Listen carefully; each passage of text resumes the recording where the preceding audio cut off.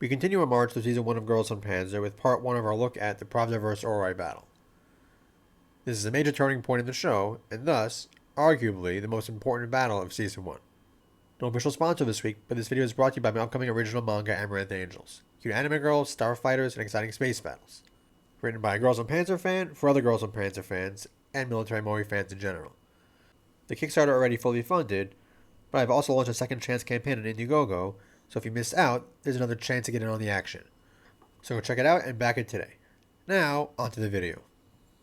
As with our previous battle analyses, for part 1 today, we'll be focusing on the story/storytelling aspects of the battle, and the technical and tactical aspects next time.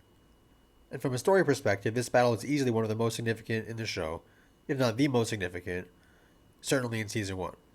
Obviously, expect spoilers regarding this battle and its conclusion, as well as possibly some bits of stuff that take place later in the series. That out of the way, let's get into the action.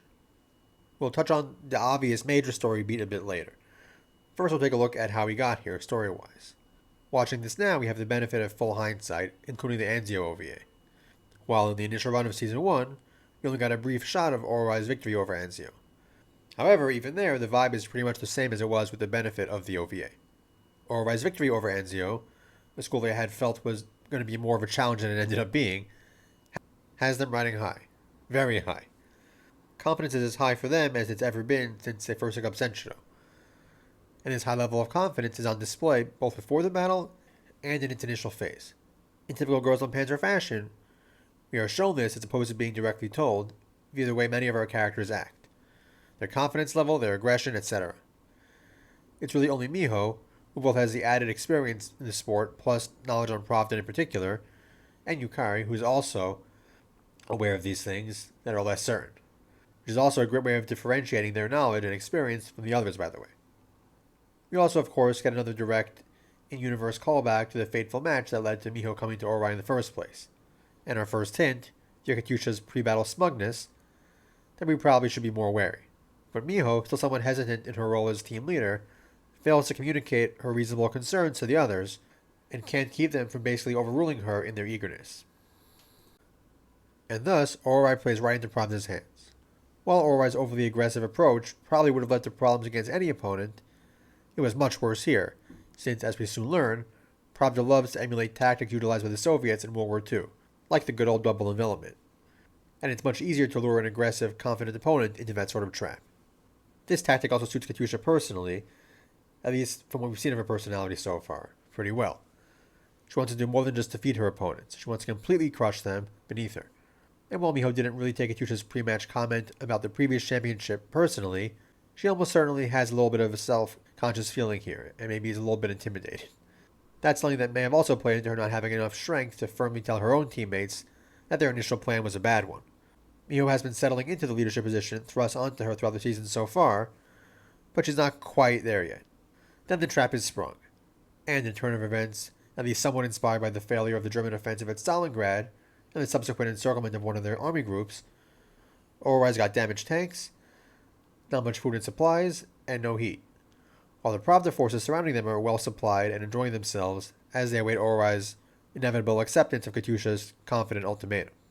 I'd also be remiss if I didn't at least mention quickly the brief nod to the Battle of the Bulge here, via Momo's reaction to the ultimatum itself. Since that battle, like this one, also featured our side being surrounded by an on-paper superior force in the winter. But let's get back to the anime girl battle.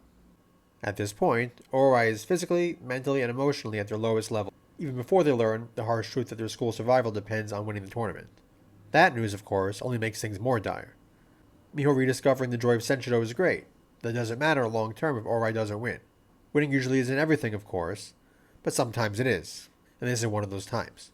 This news coming at this moment is going to force Miho to sort of combine what she's come to learn with the win-at-all-costs mindset she ran away from, making this major reveal here as things are already going poorly in what our characters thought was just another match, just compounds the gravity of the situation.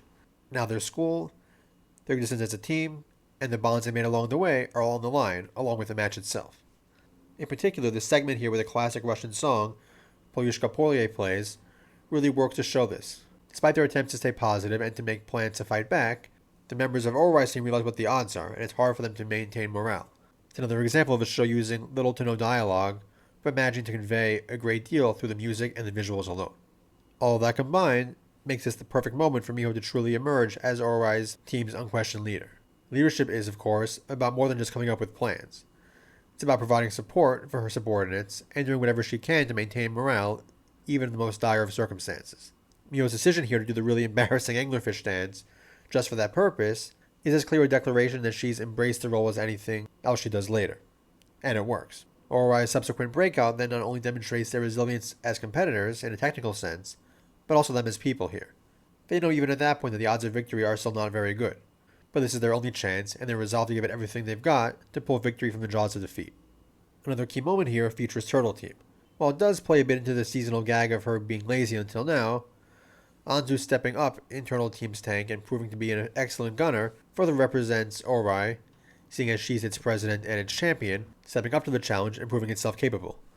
Every Oarai tank crew gets their moment to do something here, whether it's taking shots for the flag tank, Turtle Team taking out several Pravda tanks, and sowing confusion in their ranks, Duck Team managing to just stay alive, and of course Anglerfish and Hippo coordinating to trap and ultimately make the game-winning shot on the Pravda flag tank. A full team effort in the moment where Oarai really turns the corner from being novice underdogs to still underdogs, but people who've proven themselves. Miho, watching this, and now knowing that she'll be the next opponent, recognizes this herself, while even her mother doesn't, or just tries not to.